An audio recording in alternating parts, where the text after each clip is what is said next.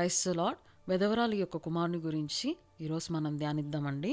లూకా సువార్త 7వ అధ్యాయము 11వ వచనం నుంచి నేను చదువుతున్నాను.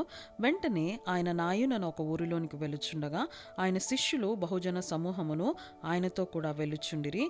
ఆయన ఆ ఊరి గవని యొద్దకు వచ్చినప్పుడు చనిపోయిన ఒకడు వెలుపలికి మోసుకొని పోబడుచుండెను. అతని తల్లికి అతడొక్కడే కుమారుడు, ఆమె వెధవరాలు. ఆ ఊరి జనులు అనేకులు ఆమెతో కూడా ఉండిరి.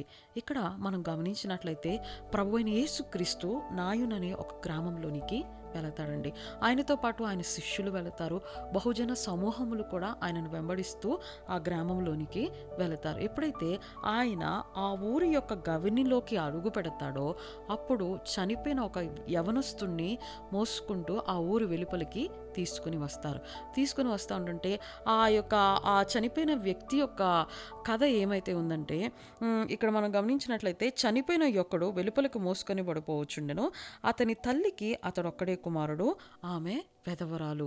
అయితే ఈ చనిపోయిన యవనస్తుడి యొక్క తల్లికి అతడొక్కడే కుమారుడంట, ఆమె వెధవరాలంట. మనం ఇక్కడ గమనించినట్లయితే ఆ యొక్క స్త్రీ తన యొక్క భర్తను కోల్పోయింది.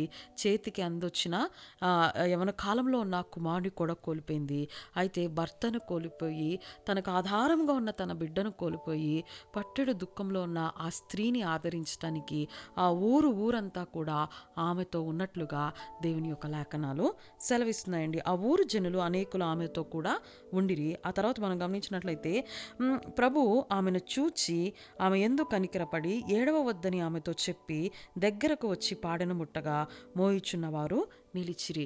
ఎప్పుడైతే ఆవిడ భయంకరంగా ఏడుస్తుంది, నా భర్తను కోల్పోయి ఉన్నాను, నాకు ఆధారముగా ఉన్న ఒక్కగానొక్క కుమారుని కూడా కోల్పోయానని భయంకరంగా ఏడుస్తూ ఉందో, ఆ ఊరి జనాలందరూ కూడా ఆమెను ఆదరిస్తూ ఉన్నారో ప్రభువైన యేసుక్రీస్తు యొక్క కనుదృష్టిని ఆమె పొందుకుందంట.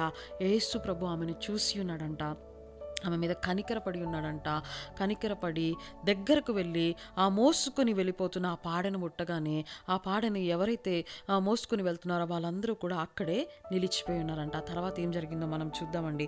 ఇక్కడ మనం గమనించినట్లయితే ఆయన చిన్నవాడ లెమ్మని నేను నీతో చెప్పుచున్నాననగా ఆ చనిపోయాడు వాడు లేచి కూర్చుండి మాట్లాడసాగాను. చిన్నవాడా లెగు, నేను నీతో చెప్తున్నాను అనగానే చనిపోయిన ఆ వ్యక్తి, మరణించిన ఆ వ్యక్తి జీవం పొందుకొని యేసయ్య యొక్క మాటతోటి తిరిగి లెగిసి మాట్లాడటము ప్రారంభిస్తాడండి. ప్రారంభించిన తర్వాత ఆయన అతనిని అతని తల్లికి అప్పగించును. ఎంత గొప్ప దేవుడు అండి! ఇదిగో భర్తను కోల్పోయి ఆధారంగా ఉన్న కుమారుని కోల్పోయి పుట్టెడు దుఃఖంలో ఉన్న ఈ స్త్రీ యొక్క బాధను చూసి ఆమె మీద కనికరపడి ఆమె యొక్క కన్నీళ్లు తుడిచి తన కుమారుని తనకి తిరిగి అప్పగించిన వాడిగా ఉంటున్నాడు. ప్రియ సహోదరి సహోదరుడా, నీ జీవితంలో ఏది నీకు ఆధారం అనుకుంటున్నావో, ఏది నీవు కోల్పోయి ఉన్నావో, అయితే ఈ సాయంకాల సమయంలో నీకు ఒక శుభవార్త. ఆనాడు ఆ స్త్రీని చూసిన దేవుడు నిన్ను చూస్తున్నాడు. ఆమె మీద కనికరపడిన దేవుడు నీ మీద కూడా కనికరపడుతున్నాడు. ఆమె యొక్క కన్నీళ్లు తుడిచిన దేవుడు నీ కన్నీళ్లు కూడా తుడిచేవాడిగా ఉంటున్నాడు. కాబట్టి దేవుని యందు విశ్వాసం ఉంచి ఆయనను నమ్మేవాడిగా, నమ్మేదానిగా ఉండు. దేవుడు నిన్ను ఆశీర్వదిస్తాడు. ఆమేన్.